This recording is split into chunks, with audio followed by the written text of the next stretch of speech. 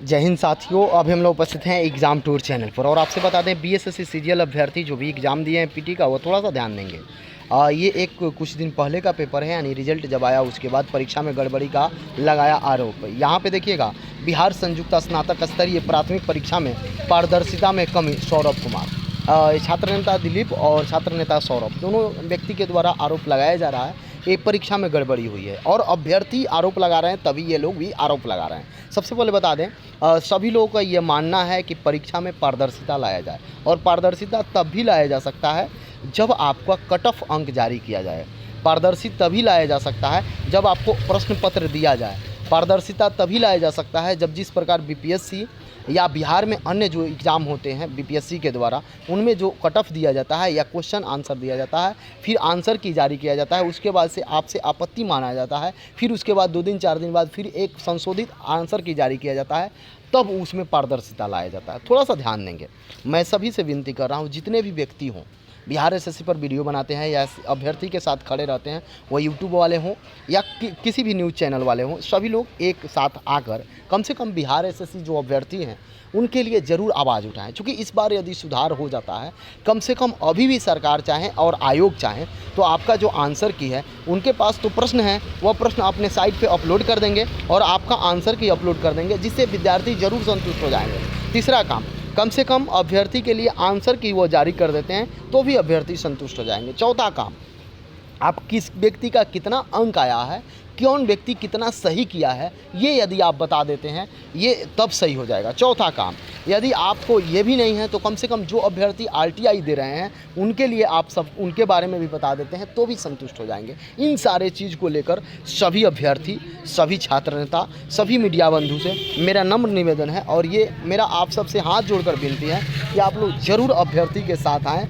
और अभ्यर्थी के साथ आने के लिए प्रयास करें। आप लोग कोशिश करें ताकि बीएसएससी के जो अभ्यर्थी हैं उनको न्याय मिल सके। थोड़ा सा ध्यान देंगे दोनों पेपर में क्या दिया हुआ है।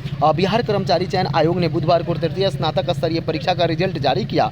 अभ्यर्थी ने इसमें गड़बड़ी का आरोप लगाया। राष्ट्रीय छात्र एकता मंच के अध्यक्ष दिलीप कुमार ने कहा कि रिजल्ट में कोई पारदर्शिता नहीं है। अब थोड़ा सा देखिए, वास्तव में पारदर्शिता नहीं है, ये अभ्यर्थी कर रहे हैं, ये हम लोग आरोप नहीं लगा रहे हैं, ये अभ्यर्थी का कहना है। आम व्यक्ति कोई भी देखेगा तो उसको मालूम चल जाएगा कि वास्तव में पारदर्शिता नहीं है। मान लीजिए आपका रिजल्ट नहीं हुआ, ठीक है, कोई बात नहीं, नहीं हुआ, लेकिन आपके गार्जियन पूछ रहे हैं, आपके कोई पूछ रहे हैं कि कितना अंक आया, आप 150 में कितना सही बनाए, ये आपके पास जवाब है नहीं है। यदि आप ही देखिए, ठीक है, आपका रिजल्ट आ गया बाबू, आज कोई बात नहीं, आपका रिजल्ट है, लेकिन आपके गार्जियन पूछ रहे हैं आप कितना सही करके रिजल्ट लिए हैं, आपके पास कोई जवाब है नहीं है। आप मान लीजिए अभी आप ब्लड रिलेशन का कोई प्रश्न बनाए, वो गलत हो गया, सेम प्रश्न भविष्य में कभी मेंस में कहीं दिया जाए, आज वही आंसर आप करिएगा या वो उसी टाइप से बनेगा तो फिर आपका गलत हो जाएगा। तो आयोग आंसर की जारी करे, ये एक सबसे बड़ा समस्या है। अब देखिएगा, जब ये आरोप लगा तो उसके तुरंत बाद यानी कि 31 तारीख को ही एक ऑफिशियल नोटिस दिया गया और बोला गया कि हम लोग बहुत पारदर्शी तरीक़ा से एग्ज़ाम लिए हैं, कोशिश किए हैं, जिसमें किसी भी प्रकार का कोई गड़बड़ी नहीं है। कुछ असामाजिक तत्व, जैसे जो असामाजिक तत्व जो आरोप लगाए, यानी जो भी अभ्यर्थी के हित में सोचते हैं उनको असामाजिक तत्व बोला गया, ये गलत है। इस तरीक़ा से नहीं बोलना चाहिए। आप पर आरोप लग रहा है तो आप आंसर की जारी कर दीजिए, आप पर आरोप लग रहा है तो आप जो क्वेश्चन आपके पास है वो डाउनलोड करा दीजिए, सब बच्चे देख लेंगे। तो देखिए यहाँ पे थोड़ा सा ध्यान दीजिएगा, 2 न्यूज़ है, एक आज का है, एक ये पुराना है, दोनों समझिएगा और जानिएगा। मैं छात्र नेता दिलीप और छात्र नेता सौरभ दोनों से मैं कहूँगा कि आप लोग अच्छा तरीक़ा से इस पर विचार करें और सही डायरेक्शन में काम करें ताकि छात्रों को न्याय मिल सके। और अभ्यर्थी से भी विनती होगा कि जब भी ये लोग आप लोगों के साथ आते हैं, आप लोग सहयोग पूरा नहीं कर पाते हैं, जिसके कारण ये लोग पीछे रह जाते हैं, जिसके कारण ये लोगों को फाइनल निराशा मिलती है। हमेशा से मैं देखते आता हूँ, मैं भी हमेशा कोशिश करता हूँ, मेरे में भी कोई किसी प्रकार का कोई कमी होगी तो आप भी सुझाव दे सकते हैं, तो मैं भी उसमें प्रयास करूँगा सुधारने का। लेकिन यहाँ पे देखिए, एक अच्छा तरीक़ा से मुहिम चलाइए, वो जिस भी प्रकार के मुहिम हो, क्योंकि जिस प्रकार से बीपीएससी में लगातार सुधार देखने को मिल रहा है, ठीक उसी प्रकार से बीएसएससी में सुधार देखने को मिले। ठीक है, मैं मानता हूं कि भविष्य में यदि आयोग का कोई गोपनीयता के कारण प्रश्न पत्र नहीं दिया जाता, लेकिन अभी बहुत लोग चांद पर पहुंच चुके हैं। ऐसा ऐसा एग्ज़ाम होता है, बड़ा बड़ा एग्ज़ाम, जो कि आप ऑनलाइन अपने रूम पर बैठ के दे देते हैं, फिर भी किसी प्रकार का कोई गड़बड़ी नहीं होता। इस 21वीं 22वीं सदी में आने के बाद यदि आपके पास क्वेश्चन नहीं मिल रहा है तो ये एक सोचनीय विषय है। आयोग को भी सोचना चाहिए। और माननीय उप मुख्यमंत्री चूँकि युवा हैं, इसलिए हम लोग बार बार उनसे बोलते हैं कि आप यूथ हैं, आप भी थोड़ा सा ध्यान दें ताकि आयोग में सुधार आए। और जो भी अध्यक्ष सचिव महोदय हैं, उनको इस बात को सोचना चाहिए कि जितने भी अभ्यर्थी हैं वो आपके बाल बच्चे हैं। यदि आप गार्जियन होते तो आप ज़रूर पूछते हैं कि बेटा आप इंटर पास किए हो, कितना अंक लाए हो, बेटा तुम 10th पास किया है, कितना अंक लाए हो, या बेटी तुम कितना अंक लाई हो, आप भी पूछते हैं। उसी प्रकार से हम सब के भी गार्जियन पूछते हैं कि तुम बीएसएससी सीजीएल का एग्ज़ाम दिया था, कितना सही किया, कितना अंक लाया। उनको हम लोग क्या जवाब दें? ये यदि जवाब किसी भी व्यक्ति के पास हो, जो व्यक्ति बोलते हैं कि आप केवल वीडियो बना देते हैं, ये जवाब किन्हीं के पास हो तो वो ज़रूर जवाब दें। आयोग के अध्यक्ष सचिव को सोचना चाहिए, उप मुख्यमंत्री मुख्यमंत्री को सोचना चाहिए कि जब आप किसी क्षेत्र में चुनाव लड़ते हैं, वो विधानसभा हो, लोकसभा हो, कोई चुनाव हो, तो वहाँ जो भी कैंडिडेट हारते हैं उनको भी बताया जाता है कि आप इतना मत प्राप्त किए। उसको 10 मत आए, 50 मत आए, 60 मत आए, बताया जाता है, या 2000 आए या 1 लाख आए।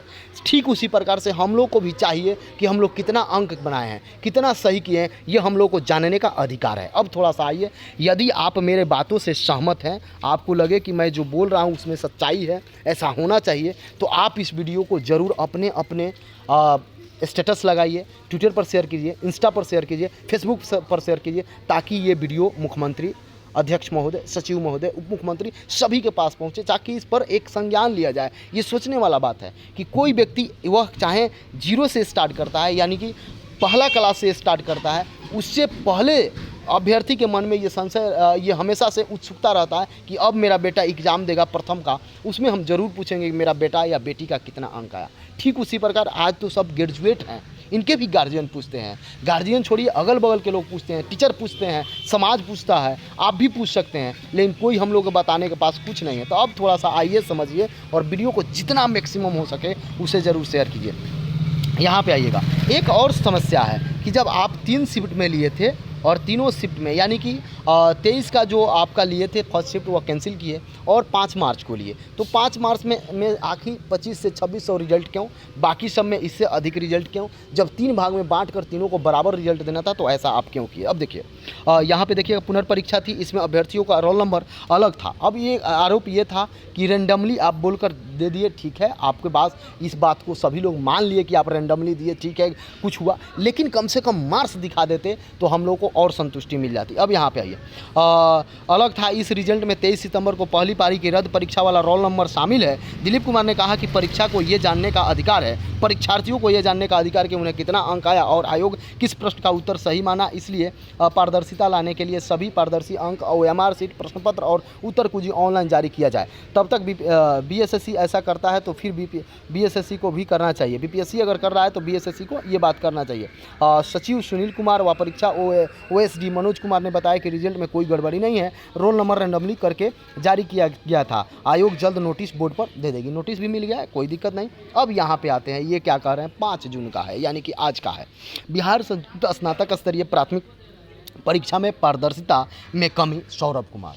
आरोप सभी लगा रहे हैं, आरोप अभ्यर्थी भी लगा रहे हैं कि पारदर्शिता में कमी है। सेम कंडीशन है, यदि आयोग चाहती है या माननीय मुख्यमंत्री चाहते हैं या उप मुख्यमंत्री चाहते हैं कि युवाओं को सही सलामत बहाल किया जाए या पारदर्शी आयोग में लाया जाए, पारदर्शिता लाया जाए, तो उसके लिए आप अभी से भी चाहें तो हम लोग जो एग्ज़ाम दिए हैं उस एग्ज़ाम का प्रश्न पत्र आप तीनों शिफ्ट का आप डाल दीजिए नेट पर, यानी कि जो BSSC कर्मचारी चयन आयोग का साइट है उस पर डाल दीजिए, आंसर की डाल दीजिए। जितने भी अभ्यर्थी हैं वो अपना रोल नंबर डालेंगे और वो अपना चेक कर लेंगे कि कितना सही हुआ, किस प्रश्न का उत्तर कितना आया। जिस तरीक़ा से देखिए रेलवे में करोड़ों अभ्यर्थी देते हैं, फिर भी सबका आता है कि आप इतना प्रश्न अटैम्प्ट किए, इतना रॉ मार्क्स आया, इतना आपका ओरिजिनल मार्क्स आया। तो आपको बताने में क्या दिक्कत है? ये सभी अभ्यर्थी का अधिकार है जानने का। अब देखिए, बिहार कर्मचारी चयन आयोग द्वारा स्नातक स्तरीय प्रारंभिक परीक्षा सचिवालय सहायक के रिजल्ट में के संदर्भ में घोर अनियमितता बरती गई है, जिसमें जिस दिन से रिजल्ट प्रकाशित हुआ है उसी दिन से छात्रों के बीच में घोर आक्रोश का भाव है।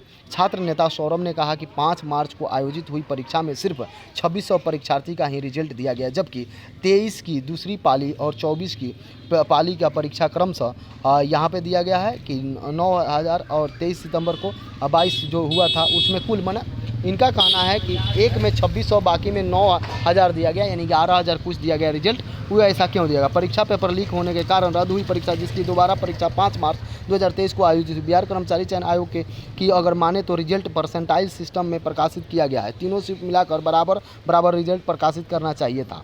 अब देखिए, जबकि ऐसा बिल्कुल नहीं हुआ है।